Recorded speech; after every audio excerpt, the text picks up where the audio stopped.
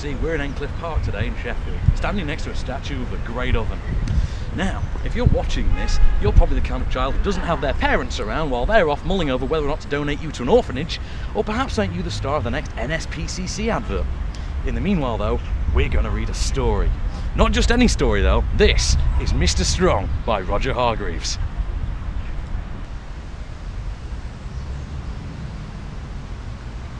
This is the story of Mr. Strong. Mr. Strong is the strongest person in the whole wide world. The strongest person there ever has been, and probably the strongest person there ever will be. He is so strong he can not only bend an iron bar with his bare hands, he can tie knots in it, just like his penis.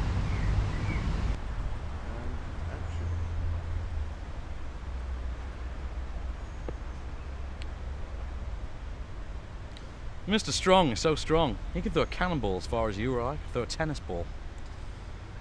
Mr. Strong is so strong, he can hammer nails into a wall just by tapping them with his finger. Strong by name, strong by nature. Amusingly, I once knew a man named Simon Alcock, and like Mr. Strong, he was Alcock by name and Alcock by nature. Ain't that right, Simon? Would you like to know the secret of Mr. Strong's strength? Eggs. The more eggs Mr. Strong eats, the stronger he becomes. Stronger and stronger and stronger. That man knows his cholesterol.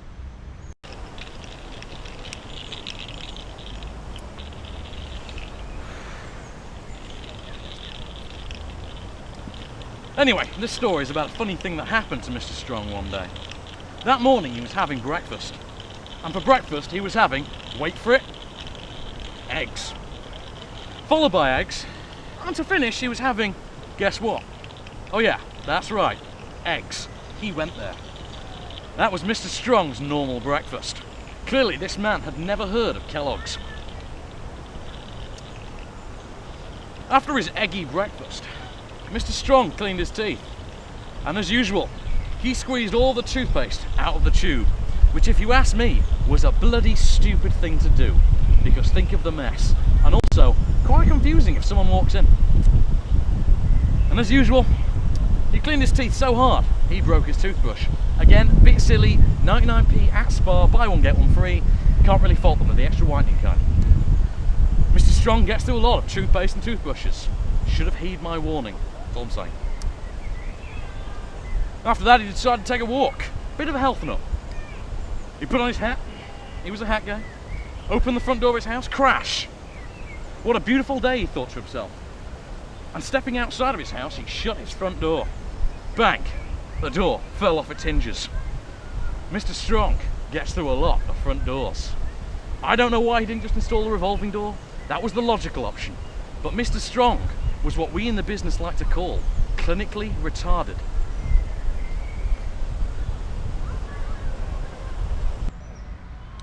Then, Mr. Strong went for his walk.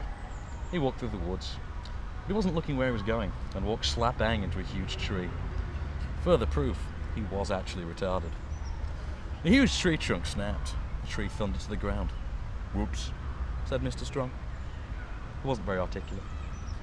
Bit of a shame, really.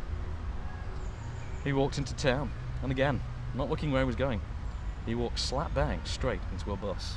Presumably not one of the first mainline ones.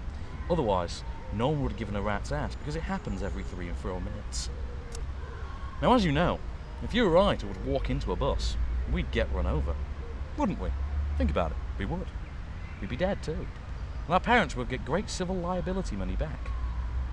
Further proof, you want those life insurance ads? Do. Not Mr. Strong though. The bus stopped as if he had run into a brick wall. Whoops, said Mr. Strong.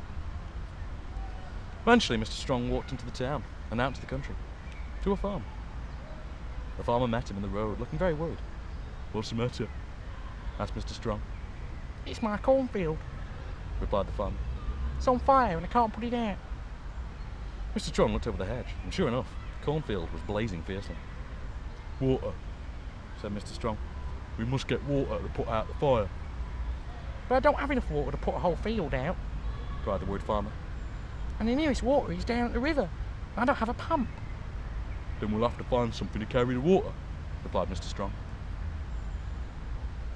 Is that your barn? He asked the farmer. pointing to a barn in another field. And my question is, if it was in another field, what are the odds the same two fields belong to the same farmer? They're not very likely, are they? I don't know much about agriculture real estate, but I'm pretty sure a farmer owns one farm. But this isn't really based in reality. It's not Transformers, you know what I mean? Yes, but I was going to put my corn in it, said the farmer. But can I use it? Asked Mr. Strong. Yes, but, replied the perplexed farmer. He wasn't very intelligent, see? That's why he was a farmer, and not an industrial real estate expert. Mr. Strong walked over the barn, and then do you know what he did? He picked it up. Oh yes, he picked it up. He actually picked up the barn. The farmer couldn't believe his eyes, and this man had seen donkey porn. Then Mr. Strong carried the barn above his head down to the river, and he turned the barn upside down, just like Russell Brand did to comedy, but not in a good way. Then he lowered it to the river so that it filled up with water.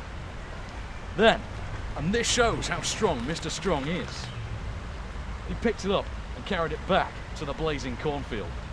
I would have pissed my name in there just for a laugh, but no, he carried the barn. Mr. Strong emptied the upside down barn full of water all over the flames.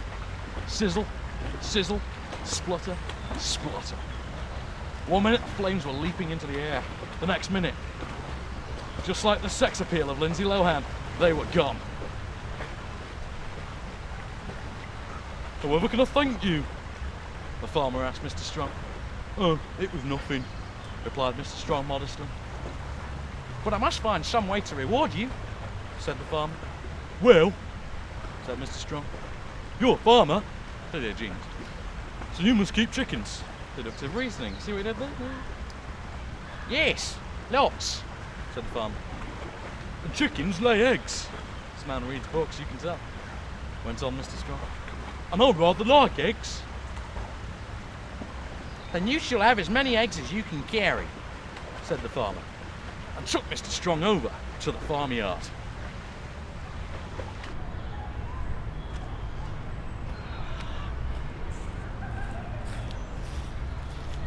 Mr. Strong said goodbye to the farmer, thanked him for the eggs, and the farmer thanked him for helping. Because as we learned with Hurricane Katrina, governments will never help the little guy, especially if they work in agriculture. Then Mr. Strong, using just one finger, picked up the eggs and went home. Mr. Strong put the eggs carefully down on his kitchen table and went to close the kitchen door. Crash! The door fell off its hinges. Whoops, said Mr. Strong, and then he sat down. Crunch! The chair fell to bits. Whoops, said Mr. Strong. Clearly a man of intellect and huge vocabulary. Then he started cooking his lunch. And for lunch, he was starting with eggs, followed by an egg or two, and then eggs. And then for pudding, well, can you guess? If you can, there's no need to keep listening. I won't waste my time or yours, and frankly, you should all be down the cinema seeing Iron Man anyway. But, if you're a bit thick, and you don't know, I don't know, maybe you work in education, who knows? I can tell you he was in fact having ice cream. Ha! This isn't postmodern! I'm gonna kill you, you cunt!